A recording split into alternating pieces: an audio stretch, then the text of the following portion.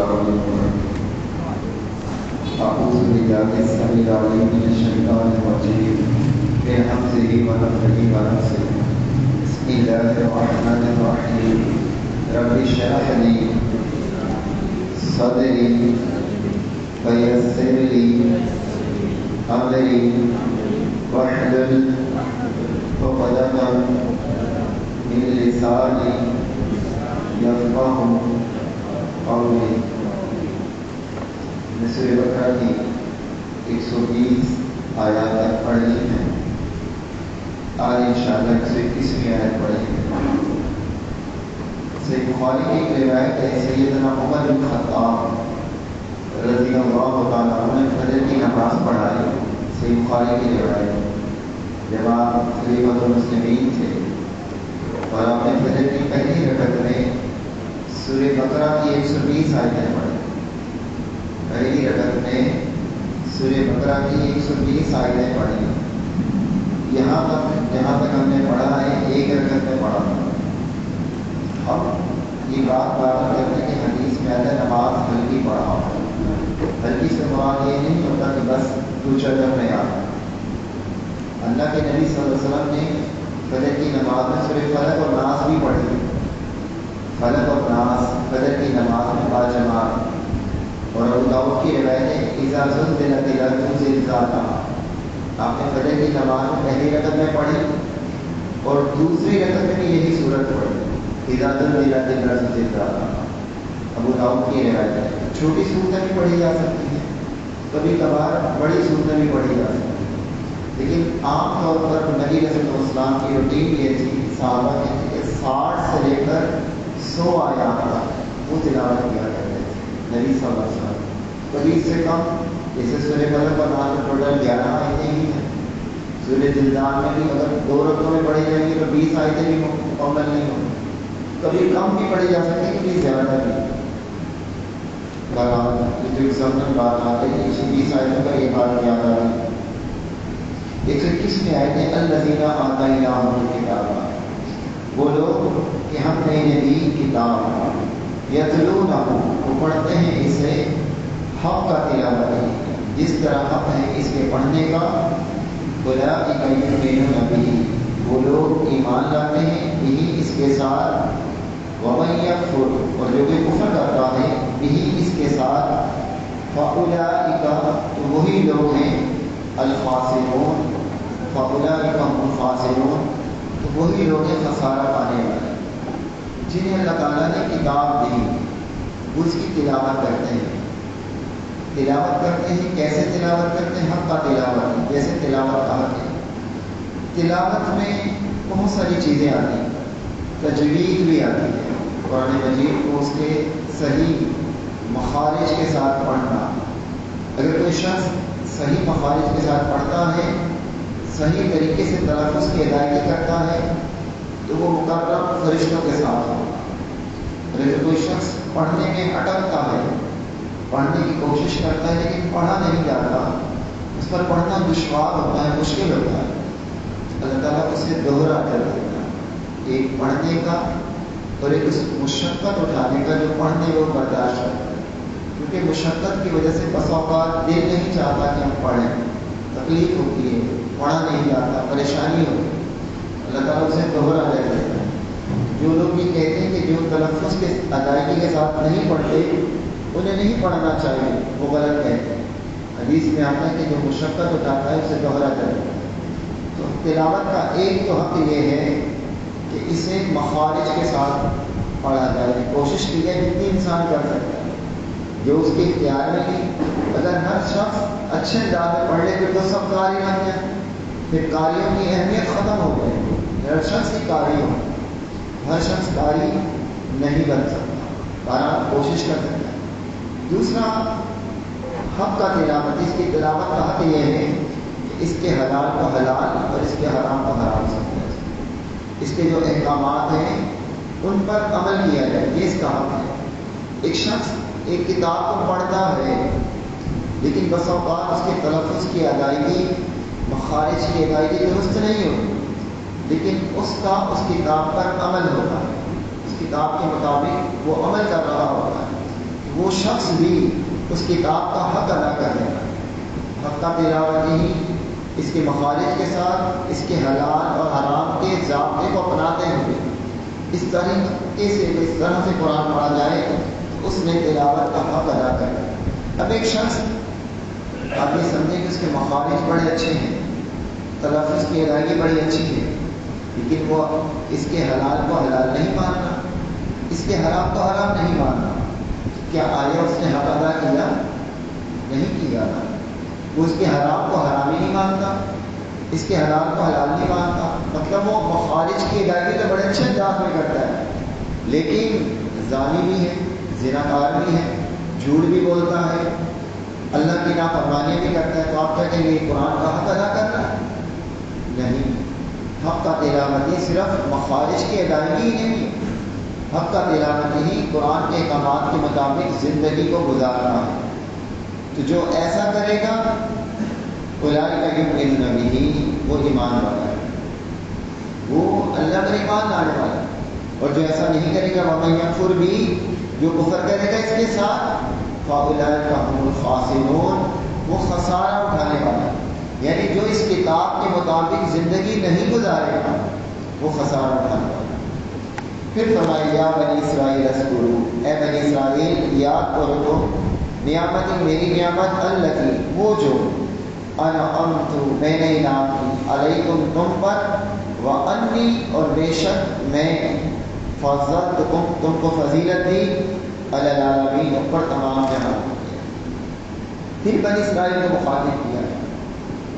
پہلے پارے میں تقریباً 16 رکوع ہیں، ابراہیم کے بارے میں 16 رکوع ہیں، جس میں سے 10 رکوع گزشتہ 10 رکوع بنی اسرائیل پر تھے. ہم پڑھتے ہوئے آ رہے ہیں، بات یہیں سے شروع ہوئی تھی. یا بنی اسرائیل اذکروا نعمتی التی انعمت علیکم واوفوا بعہدی فی بعہدکم وایایا فارہبون. بنی اسرائیل سے بات شروع ہوئی اور یہاں تک بات آ گئی. بنی اسرائیل کی بہت سارے باتیں آئیں، درمیان میں دیگر باتیں بھی آ گئیں، لیکن تقریباً 10 رکوع میں بار بار بنی اسرائیل کو مخاطب کیا گیا. ان کے کردار کو، ان کے معاملات کو، ان کے اعمال کو، ان کے رویے کو پیش کیا گیا. پھر یہ بات دہرائی گئی کہ بنی اسرائیل اللہ نے تمہیں فضیلت دی اور اللہ کی نعمت کو یاد کرو. قرآن مجید کے سب سے اولین مخاطب بنی اسرائیل تھے، کیونکہ جب قرآن نازل ہوا تو مکہ میں مشرکین تھے اور جو آس پاس مدینہ میں تھے، بنو قریظہ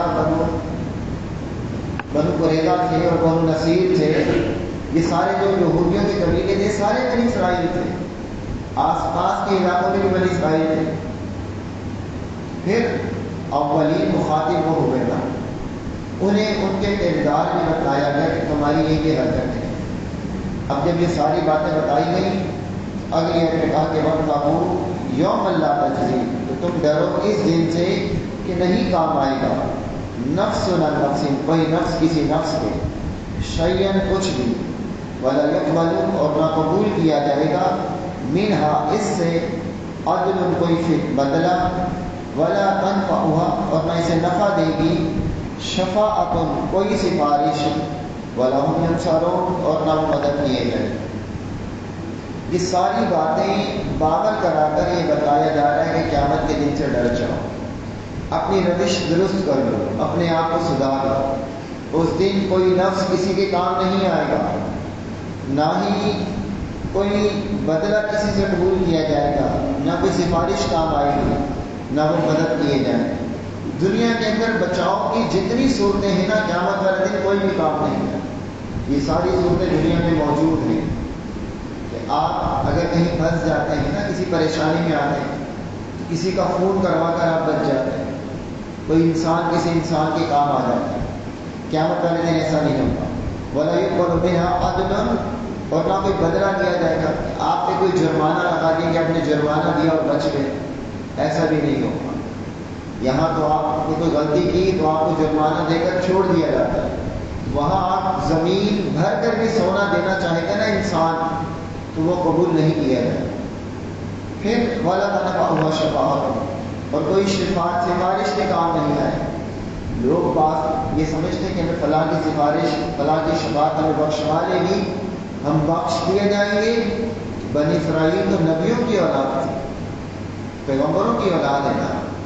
ابراہیم علیہ السلام کے بیٹے، اسحاق علیہ السلام کے بیٹے، یعقوب علیہ السلام کے بیٹے، یوسف علیہ السلام، ان کی اولادوں میں سے ہیں نا یہ سارے، خاندان اور نسل تو وہی تھی، لیکن وَلَهُمْ يَنصُرُونَ، کوئی مدد نہیں ہو۔ کردار ہی تمہارے کام آئے گا، تمہارا اپنا عمل ہی تمہارے کام آئے گا۔ جس کے اعمال کمزور ہوں گے، حسب اور نسب اسے آگے نہیں کر سکے گا۔ پھر فرمایا وَإِذِ ابْتَلَىٰ إِبْرَاهِيمَ، اور جب آزمایا ابراہیم علیہ السلام کو رب، اس کے رب نے بکلمات، چند کلمات کے ساتھ، فَأَتَمَّهُنَّ، تو اس نے انہیں پورا کر دیا۔ قال، اللہ نے کہا، انی جاعلک، بے شک میں بناؤں گا تجھے، للناس، لوگوں کے لیے، اماما، امام۔ قال ومن ذریتی، ابراہیم علیہ السلام نے کہا کہ میری اولاد میں سے بھی، یعنی میری اولاد میں سے بھی امام بنا۔ قال، اللہ نے فرمایا، لا ینال عہد الظالمین، نہیں پہنچتا میرا عہد ظالموں کو، میرا وعدہ ظالموں سے نہیں۔ اللہ تعالیٰ نے ابراہیم علیہ السلام کو آزمایا چند بار۔ اب یہ ساری باتیں بنی اسرائیل کو باور کرا کر، بتلا کر یہ بتایا جا رہا ہے کہ جن کی تم اولاد ہو، اللہ نے انہیں امامت ایسے ہی نہیں دے دی تھی۔ یہ بات کیوں کہی گئی؟ امامت جب بنی اسماعیل میں منتقل ہوئی، بنی اسرائیل کو ضد آ گئی، حسد آ گیا، انہیں حسد آ گیا، وہ ایمان نہیں لائے الا ماشاء اللہ، جس کو اللہ نے توفیق دی۔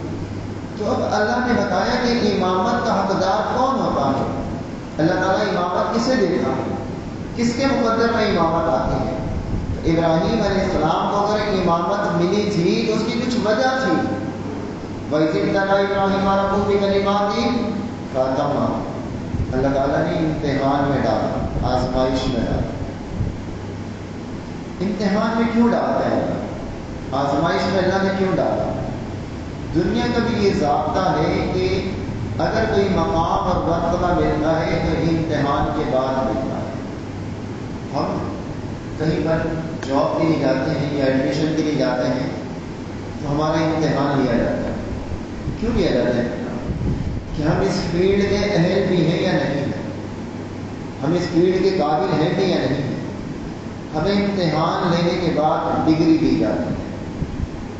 اللہ تعالیٰ امتحان لیتا ہے اور پھر اللہ تعالیٰ امتحان کو بتلا رہا ہے کہ اللہ نے امتحان لیے ابراہیم علیہ السلام۔ دنیا کے اندر بھی اگر آپ ساری کتابیں پڑھ جائیں اور کہیں کہ ہم نے میٹرک کر لیا، آپ میٹرک نہیں کہلائیں گے جب تک آپ کا امتحان نہیں لیا جائے۔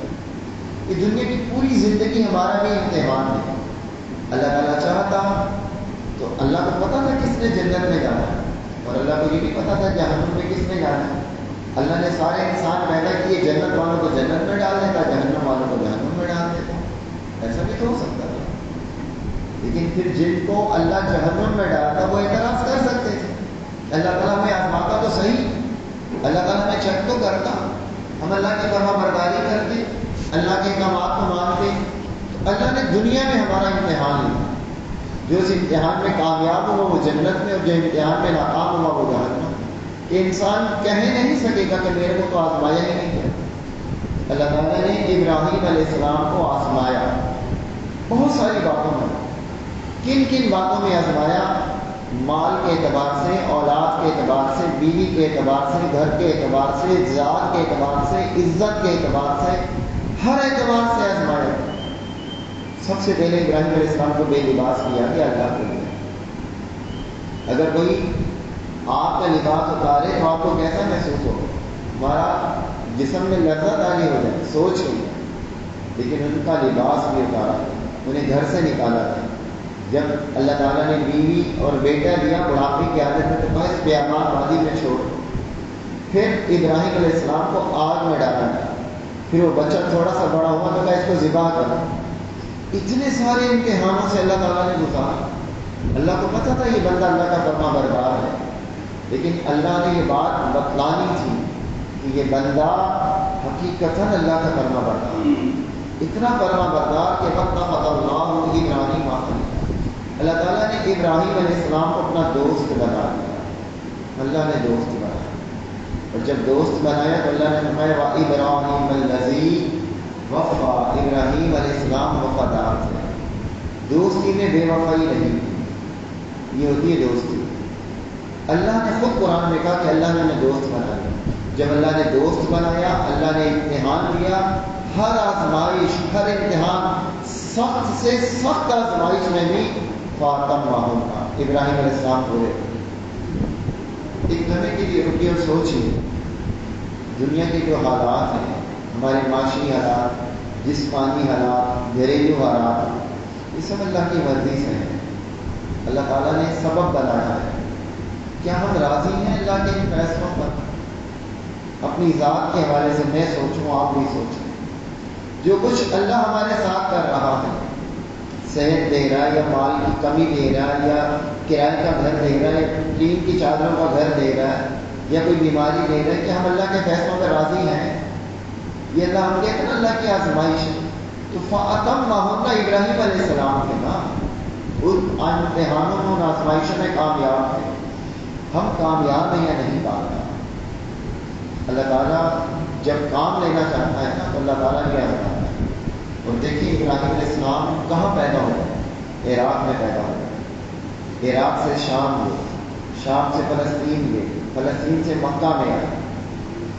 ابراہیم علیہ السلام کے پاس جہاز نہیں تھا، گاڑی نہیں تھی، بسا اوقات سواری بھی نہ تھی، پیدل کہاں کہاں سفر کیا، کتنا طویل سفر کیا۔ اور 4000 سال پہلے کی بات ہے۔ ابراہیم علیہ السلام کے بھتیجے لوط علیہ السلام ابراہیم علیہ السلام کے بھتیجے تھے، سکے بھتیجے تھے۔ اللہ تعالیٰ نے انہیں بھی نبوت دے دی۔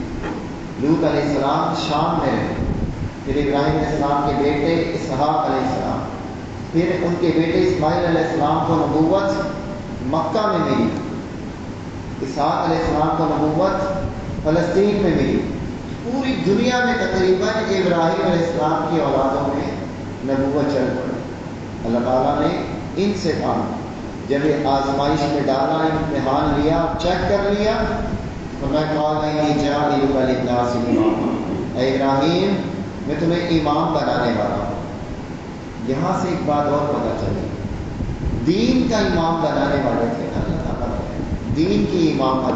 ایک امام ہوتا ہے مصلی کا، نماز کا ٹائم ہوا وہ ہمارا امام بن کے ہم نے ان کے پیچھے نماز پڑھی۔ ایک امام ہوتا ہے حاکم وقت، جب حکومت آئی، اقتدار آئے تو وہ امام، جسے امیر بھی کہتے ہیں۔ اور ایک امام ہوتا ہے دین کا۔ ابراہیم علیہ السلام کو اللہ نے کون سا امام بنایا؟ مصلی کا، حکومت کا یا دین کا؟ دین کا۔ حکومت کس کے پاس تھی؟ نمرود کے پاس تھی، وقت کا حاکم نمرود تھا۔ تو دین کا امام اللہ نے کس کو بنایا؟ ابراہیم علیہ السلام۔ کیا پتہ چلا؟ انی جاعلک للناس اماما، میں تمہیں امام بنانے والا ہوں۔ دین کا امام بنانا اللہ کا کام، دین کا امام بنانا اللہ کا کام۔ آج ہم نے اپنے اپنے امام بنا لیے اپنی مرضی سے، اللہ نے نہیں بنایا۔ اور ان کی مخصوص کتابیں بنا لی، ان کے نام سے مسالک کو رواج دے دیا، اللہ نے نہیں۔ اللہ نے قرآن میں کوئی حکم نہیں دیا۔ اللہ نے امام بنایا ابراہیم علیہ السلام کو دین کا۔ ابراہیم علیہ السلام کو جب اللہ تعالیٰ نے بشارت دی، خوشخبری دی، تو کہا قال ومن ذریتی، اللہ میری اولاد ہو۔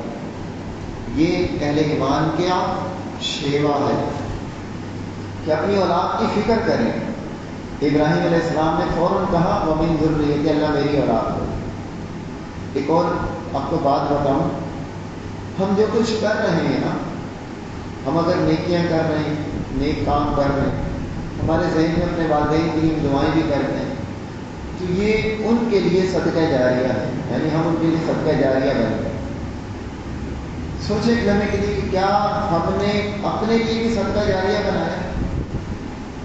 ہم نے اپنی اولاد کی ایسی تربیت کی ہے کہ ہمارے بعد وہ ہمارا جنازہ ہی پڑھ سکے، ہمارے جنازے کہ میں ان کو دعا ہی آتی ہوں، یا ہمارے بعد وہ ہمارے لیے دعا ہی کر سکے؟ کیا ہم نے اپنی اولاد کی ایسی تربیت کی ہے؟ ہمیں اپنے اولاد کی فکر ہے؟ ابراہیم علیہ السلام کو کہا قال ومن ذریتی، اللہ میری اولاد میں بھی امامت دینا، میری اولاد میں امامت دیں. اللہ نے فرمایا کہ اللہ نے کہا لا ینال احد الظالمین، میرا وعدہ ظالموں سے نہیں ہوگا. یعنی اللہ نے یہ کہہ دیا کہ اللہ دے گا، آپ کی اولاد میں بھی نبوت دے گا، لیکن ہر ایک کو نہیں دے گا. جس کو اللہ چاہے گا اس کو دے گا. ظالموں کے ساتھ اللہ نے یہ وعدہ دیا. اس کے بعد اللہ نے نبوت کسی اور خاندان میں دی ہی ہے. ابراہیم علیہ السلام کے بعد جتنے انبیاء آئے، اللہ نے جتنے پیغمبر بھیجے اسی خاندان میں بھیجے. ابراہیم علیہ السلام کی اولاد میں سے جتنے پیغمبر آئے، کسی اور خاندان میں اللہ نے کوئی پیغمبر بھیجا نہیں ہے. اور جتنے پیغمبر آئے، اسحاق علیہ السلام، یوسف علیہ السلام، یعقوب علیہ السلام، موسیٰ علیہ السلام، داؤد علیہ السلام، ہارون علیہ السلام، زکریا علیہ السلام، یحییٰ علیہ السلام، لوط علیہ السلام، عزیر علیہ السلام، یہ سارے اسحاق علیہ السلام کی اولاد ہیں. سب اسحاق علیہ السلام. ابراہیم علیہ السلام میں سے، اسحاق علیہ السلام کی اولاد میں سے سارے پیغمبر آئے، اور اسماعیل علیہ السلام کی اولاد میں سے کوئی پیغمبر نہیں آیا. کوئی پیغمبر نہیں آیا، صرف محمد الرسول اللہ. یعنی اسماعیل علیہ السلام اور محمد الرسول اللہ کے درمیان کوئی پیغمبر نہیں تھا. اسحاق علیہ السلام کے بعد میں سب پیغمبر. پھر اللہ نے ایک امام کیسا بنایا. آج آپ دیکھیں، یہودی ہوں، عیسائی ہوں، مسلمان ہوں، مشرک ہوں، سب یہ کہتے ہیں کہ ابراہیم علیہ السلام ہمارے امام. مشرکین مکہ جو نہیں امام کہتے تھے، انہوں نے تصویریں بنا کر رکھی ہوئی تھی بیت اللہ میں ابراہیم علیہ السلام نے. جب مکہ فتح ہوا، جب یہ نکالی گئی، عیسائی کہتے تھے ہمارے امام، یہودی کہتے تھے ہمارے امام. اللہ نے فرمایا ما کان ابراہیم یہودی ولا نصرانی. ابراہیم ما کان ابراہیم نہ یہودی تھے نہ عیسائی تھے. ابراہیم حنیفا، ایک اللہ کے تھے، یکسو ہو کر اللہ کے لیے خالص تھے. ابراہیم علیہ السلام کو اللہ تعالیٰ نے ایسی امامت دی، ایسا ان کا کردار تھا. وجہ کیا تھی؟ اللہ کے لیے یکسو تھے، اللہ کے لیے مخلص تھے. آج اگر ہم تھوڑی بہت عبادت کرتے بھی ہیں نا، ہمارے دلوں میں اخلاص نہیں آ رہا. صحیح مسلم کی روایت، ایک شخص جا رہا تھا اور ایک ٹہنی تھی کانٹے دار، اس نے اسے راستے سے ہٹا دیا، کانٹے والی ٹہنی کو، مگر اس نے یہ کام اللہ کے لیے کیا. اللہ نے صرف اسے اسی وجہ سے معاف کر دیا، صرف اسی وجہ سے اس نے کانٹے والی ٹہنی راستے سے ہٹا دی. اب آپ اندازہ کریں کہ اللہ کے لیے اگر ایک ٹہنی ہٹا دی جائے، اللہ اس پہ بھی جنت دے سکتا ہے. ابراہیم علیہ السلام نے تو کیا کہا تھا؟ اِنَّ صَلَاتِي وَنُسُكِي وَمَحْيَايَ وَمَمَاتِي. میری نماز اور قربانی ہی نہیں، میری پوری زندگی اور میری موت للہ رب العالمین، اللہ کے لیے. اپنے کردار کو اللہ کے لیے بنا. جیسے ہم کاروبار کے لیے بنتے ہیں نا، بات اور پڑھائی کے لیے بنتے ہیں کہ ہم نے پڑھنا ہے، بس ایک ہی دھن ہوتی ہے، پڑھنا ہے، ایک ہی دھن ہوتی ہے کاروبار کرنا ہے. تو ایک ہی دھن ہے کہ اللہ کو راضی کرنا. اِنَّا خَلَقْنَاهُمْ بِخَالِصَةٍ ذِكْرَ اللَّهِ. اللہ نے خاص وصف دیا تھا سورہ صاد میں. وہ خاص وصف کیا تھا؟ ذکر اللہ، آخرت کی یاد سے اللہ نے ممتاز کیا. ان لوگوں کو ہر وقت، انبیاء کو، یہاں انبیاء کا تذکرہ ہے، انبیاء کو ہر وقت ایک ہی فکر ہوتی تھی کہ آخرت کا گھر سنور جائے. آخرت کی یاد ان کے دل میں اللہ نے بسا دی تھی. یہ خاص ایک وصف دیا.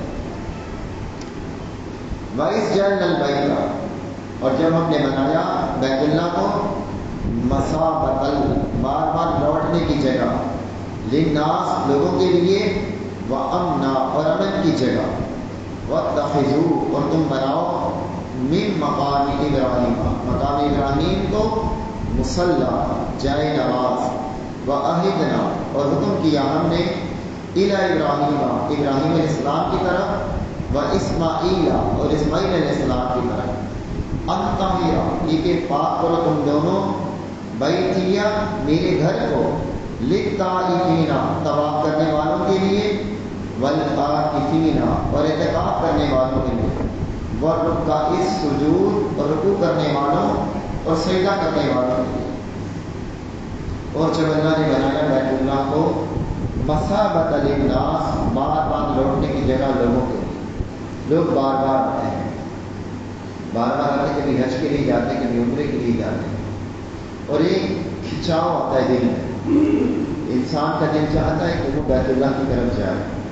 مسلمان صومالیہ کا بھی رہنے والا ہے نا، یا ہندوستان کا بھی رہنے والا ہے، اس کے پاس کھانے کو نہیں ہے، اس کے پاس اچھی رہائش نہیں ہے، لیکن آپ اس سے پوچھیں کہ تیری خواہش کیا ہے، وہ کہتا ہے ایک بار اللہ اپنا گھر دکھا، ایک بار اللہ اپنا گھر دکھا۔ اور جب وہ اللہ کا گھر دیکھ لیتا ہے پھر کیا کرتا ہے؟ اس کا دل بھر جاتا ہے کہ ہاں دیکھا ہے۔ آپ کا شوق ہے مری دیکھنے کا، لاہور دیکھنے کا، دبئی دیکھنے کا، آپ ایک بار جائیں گے، دیکھا کہ آپ بولیں گے بس دیکھ لیا، دوبارہ آپ سے کہا جائے گا کہ کیا بس دیکھ لیا، جو دیکھنا تو کوئی ایسی خاص چیز نہیں۔ لیکن بیت اللہ میں جب کوئی بندہ جاتا ہے نا پھر واپس آتا ہے، پھر اس کی کیفیت کیا ہوتی ہے لفظوں میں بیان نہیں کی جا سکتی۔ آپ یوں سمجھیں کہ جیسے پہلی بار ہمارا دل ترستا ہے کہ ہم بیت اللہ میں جائیں، ہم ترستے ہیں کہ بیت اللہ میں جائیں، اور جب ایک بار وہاں سے ہو کر آ جاتے ہیں تو پھر تڑپتے ہیں کہ بیت اللہ میں جائیں۔ پہلے انسان ترستا ہے، پھر دوبارہ دیکھنے کے بعد تڑپتا ہے کہ پھر جائیں، پھر اس کی آرزو بن جاتی کہ بار بار جائیں۔ جنہوں نے نہیں دیکھا نا، جب وہ سنتے ہیں کہ ایک شخص عمرے میں گیا، پھر بعد دوبارہ گیا، پھر گیا، تو کسی بار بار خود ہی جاتا ہے، کسی اور کو بھی نہیں بھیجتے، یہ بار بار خود کیوں جاتا ہے؟ جو کیفیت وہاں اسے محسوس ہوتی ہے وہ دنیا میں کہیں اور نہیں۔ کیوں؟ اگلے الفاظ کیا ہیں؟ وَأَمْنَا، اللہ نے وہاں امن رکھا ہے، عجیب امن رکھا ہے، عجیب سکون رکھا ہے، اتنا امن کہ باپ کا قاتل بھی نظر آ جاتا تھا تو مشرکین مکہ کچھ نہیں کہتے، باپ کے قاتل کو بھی چھوڑ دیتے تھے، اور کہاں وہ پانی پینے پلانے پہ برسوں لڑائیاں کرتے تھے، گھوڑا آگے نکل گیا، اونٹ آگے نکل کے اس پہ کئی سال لڑتے رہتے تھے، لیکن اس جگہ میں اللہ نے اتنا امن رکھا ہے، اتنا سکون رکھا ہے کہ یہاں انسان سے انسان جانور بھی محفوظ ہوتا ہے۔ پھر انسان اس گھر کے دیدار کی کیوں نہ حسرت ہے؟ نبی صلی اللہ علیہ وسلم نے ابن ماجہ کی روایت عبداللہ بن عمر کہتے ہیں کہ آپ نے بیت اللہ کی طرف دیکھا اور کہا کہ کعبہ تیری بڑی عزت ہے، تیری بڑی حرمت ہے، لیکن اللہ کے نزدیک ایک مومن کی عزت تجھ سے بھی زیادہ ہے، تجھ سے بھی بڑھتا ہے۔ وَاتَّخِذُوا مِن مَقَامِ إِبْرَاهِيمَ مُصَلًّى، اور تم بناؤ مقام ابراہیم کو مصلی۔ مقام ابراہیم کیا ہے؟ وہ پتھر ہے جس پر کھڑے ہو کر ابراہیم علیہ السلام نے بیت اللہ کو تعمیر کیا، اور ان پتھروں پر جب ابراہیم علیہ السلام کھڑے ہوئے تو پتھروں پہ ابراہیم علیہ السلام کے نشان، پیروں کے نشان پڑ گئے تھے۔ آج بھی پتھر موجود ہے، جنہوں نے دیکھا ہے بیت اللہ انہوں نے مقام ابراہیم بھی دیکھا ہے، پتھروں پہ آج بھی ابراہیم علیہ السلام کے نشانات موجود ہیں۔ ان نشان کی جگہ کو، ان قدموں کی جگہ کو فرمایا مصلی بناؤ، جائے نماز بناؤ۔ کیا مانا ہے؟ اس قدم کو جائے نماز بنانا، اس قدم کو فالو کرو۔ ایک پیغام ہے کہ جس ہم کہتے ہیں نا کہ دیکھو کتنا اچھا آدمی ہے، تمہیں بھی اس کے نقش قدم پر چلنا چاہیے۔ ابراہیم علیہ السلام کے قدم ہمارے لیے اللہ نے معیار بنا دی کہ ہمارے مصلی کی جگہ، ہماری نماز کی جگہ، ہماری عبادت کی جگہ ابراہیم علیہ السلام کے قدم ہے، ہم ان کے نقش قدم پر چلنا ہے۔ توحید پر کوئی کمپرومائز نہیں ہے، ابراہیم علیہ السلام جیسی توحید ہے۔ نبی علیہ السلام جب بیت اللہ میں نماز پڑھتے تھے تو سیدنا عمر رضی اللہ عنہ نے خواہش کا اظہار کیا، کہا کہ میرا دل چاہتا ہے کہ مقام ابراہیم پر آپ مصلی بچھائیں، وہاں نماز پڑھا جائے۔ بیت اللہ میں تو کہیں بھی نماز پڑھی جا سکتی ہے، دائیں بائیں آگے پیچھے 4 اس کی دیواریں ہیں، کہیں بھی رک کر کے نماز پڑھی جا سکتی ہے، امام بھی کہیں بھی کھڑا ہوا ہے، لیکن سیدنا عمر رضی اللہ عنہ کی خواہش تھی کہ مقام ابراہیم کو ہی جا نماز پڑھا جائے۔ نبی صلی اللہ علیہ وسلم نے ان کی خواہش کے مطابق اپنی مرضی سے عمل نہیں کیا. اللہ نے قرآن اور وَاتَّخِذُوا مِن مَّقَامِ إِبْرَاهِيمَ مُصَلًّى، مقام ابراہیم کو مصلی. ابراہیم علیہ السلام کے قدموں کے نشان پر وہاں مصلی بچتا ہے، آج بھی وہیں بچتا ہے. جنہیں اللہ نے توفیق دی، اللہ سب کو توفیق دے. دیکھیں مغرب کی نماز، فجر کی نماز، عصر کی نماز اکثر مصلی وہیں ہوتا ہے، مقام ابراہیم وہیں امام کھڑا ہوتا ہے، باقی پورے مقتدی پیچھے ہوتے ہیں. وَعَهِدْنَا إِلَىٰ إِبْرَاهِيمَ وَإِسْمَاعِيلَ، اور ہم نے عہد لیا ابراہیم علیہ السلام سے اور اسماعیل علیہ السلام سے. کس بات کا؟ أَن طَهِّرَ بَيْتِيَ، میرے گھر کو صاف رکھو. طہارت ہمارے دین کا حصہ ہے. الطہور شطر الایمان، پاکیزگی نصف ایمان ہے. اسلام گندگی اور میل کچیل کو پسند نہیں کرتا، خاص طور پر وہاں جہاں عبادت کی جائے. بیت اللہ کو صاف رکھنے کی عہد کس سے لیا جا رہا ہے؟ وقت کے انبیاء سے. اور نبی بھی کون؟ جو ابو الانبیاء ہیں، نبیوں کے باپ ہیں، ابراہیم علیہ السلام اور اسماعیل علیہ السلام. آج اگر ہم مسجد کی صفائی کریں اور سمجھیں کہ ہمارے لیے کوئی عیب والی بات ہے، کوئی عیب والی بات نہیں، سعادت والی بات. مسجد میں جھاڑو لگانا، مسجد کی صفائی کرنا، اللہ کے گھر کو صاف رکھنے کی تو اللہ عہد ابراہیم علیہ السلام اور اسماعیل علیہ السلام سے لے رہا ہے. میرے گھر کو صاف رکھو، میرے گھر کو پاک رکھو. بڑے بڑے مالدار ارب پتی لوگوں کو بھی ہم نے دیکھا کہ وہ بھی اللہ کے گھر کی صفائی کرنے میں سعادت سمجھتے. کچھ لوگوں میں تکبر آ جاتا ہے، اکڑ آ جاتا ہے. وہ ہمیں سمجھتے ہیں کوئی بھنگی ہے، ہم کوئی جماعت ہے کہ اللہ کے گھر کو صاف کریں، سبوں کو جھاڑیں اور مسجد کی جھاڑو لگائیں، صفائی لگائیں.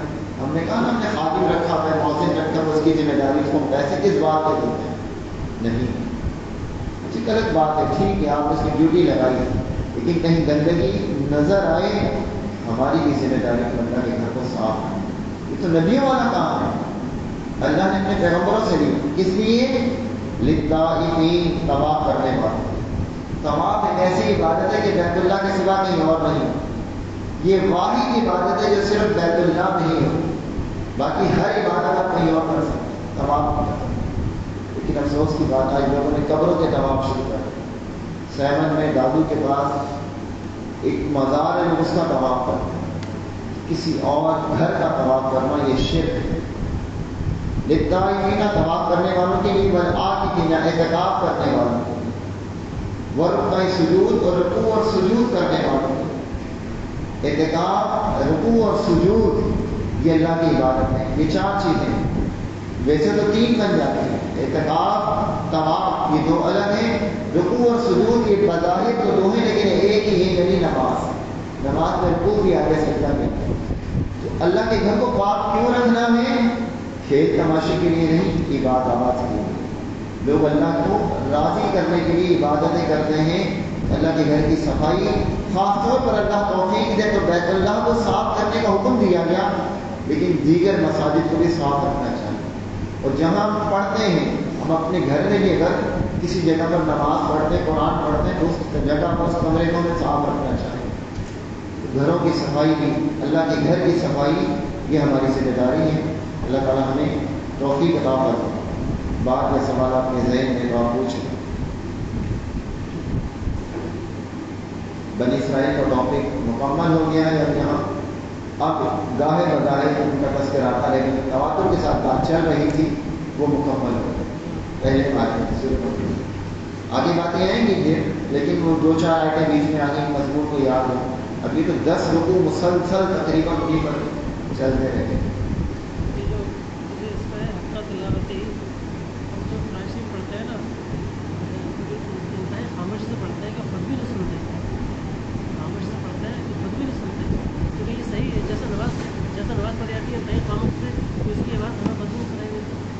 دیکھیں اس میں کوئی شریعت نے قید نہیں لگائی، لیکن سورہ بنی اسرائیل میں اللہ نے یہ بات ارشاد فرمائی کہ نماز نہ بہت بلند آواز سے پڑھو نہ بہت پست آواز سے پڑھو. اس سے مراد تہجد کی نماز ہے کہ جب آپ تلاوت کر رہے ہو تو آواز اتنی زیادہ بھی نہ ہو کہ سب سن رہے ہو، اور اتنی کم بھی نہ ہو کہ آپ کو بھی نہ سنائی دے. تہجد میں آپ آواز اتنی نکالنے کی آپ سن سکتے ہیں. اگر آپ تلاوت کر رہے ہیں عملی طور پہ، اگر آپ آواز میں کرتے ہیں بلند آواز میں، کوئی بھی آس پاس ڈسٹرب ہو رہا ہے، پریشان ہو رہا ہے، پھر آپ آہستہ آواز میں اپنی اس آواز میں کہ آپ سنیں. اور اگر آپ بالکل اپنے نفس دل میں پڑھتے ہیں تب بھی کوئی حرج کی بات نہیں ہے. نبی علیہ السلام ایک بار ایک سفر میں تھے تو صحابہ بلندی میں چڑھتے ہوئے اللہ پر تیز آواز میں کہے اللہ اکبر اللہ اکبر. آپ نے فرمایا کہ تم پست آواز میں پڑھو تاکہ تم ایسے کو نہیں سنا رہے جو غائب ہے. اسی طرح بعض روایت میں آتا ہے کہ رسول اللہ صلی اللہ علیہ وسلم ظہر اور عصر میں قرات کیا کرتے تھے.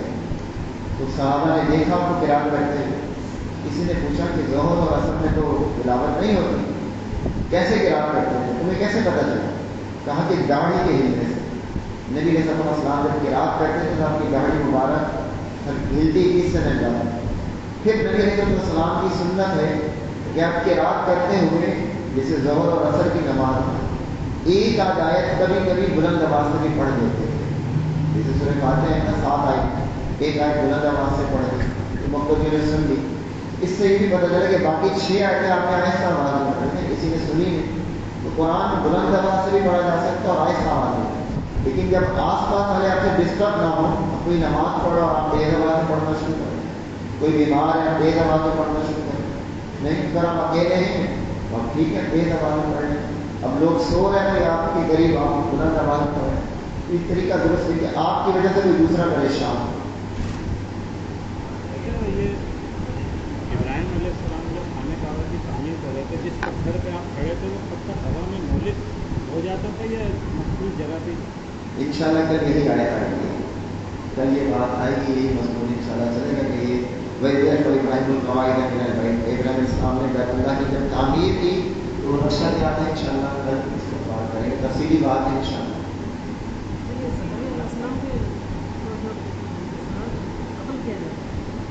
یہ معروف ہے لوگوں کے درمیان کہ انہیں چیر دیا گیا تھا درخت میں، وہ بھاگے تھے تو انہوں نے درخت سے کہا کہ مجھے پناہ دے. تو درخت نے پناہ دی، درخت نے گھس گئے تو ان کی قمیض باہر رہ گئی. تو لوگوں نے دیکھا کہ اس نے زکریا علیہ السلام کو چیر دیا تھا. یہ جھوٹا بات ہے کیونکہ نبی شرک نہیں کرتا. باپ نے درخت سے مدد مانگنا یہ شرک ہے. ویسے عام طور پر یہی پتھر اوپر ہو رہا تھا، جیسے جیسے اوپر ہوتے جا رہے تھے پتھر اوپر ہو رہا تھا. تو کیونکہ بیت اللہ کی دیواروں میں اوپر کی وہ تفصیلی روشنی انشاءاللہ اس پر کل بات کریں گے.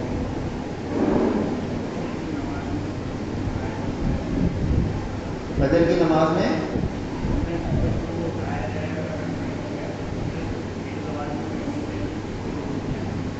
پہلے اٹھا دیا جائے گا، ایک مخصوص آواز میں قرأت کی جائے. تو اپنے سبحانک اللہم و بحمدک اشہد ان لا الہ الا انت استغفرک و اتوب الیک.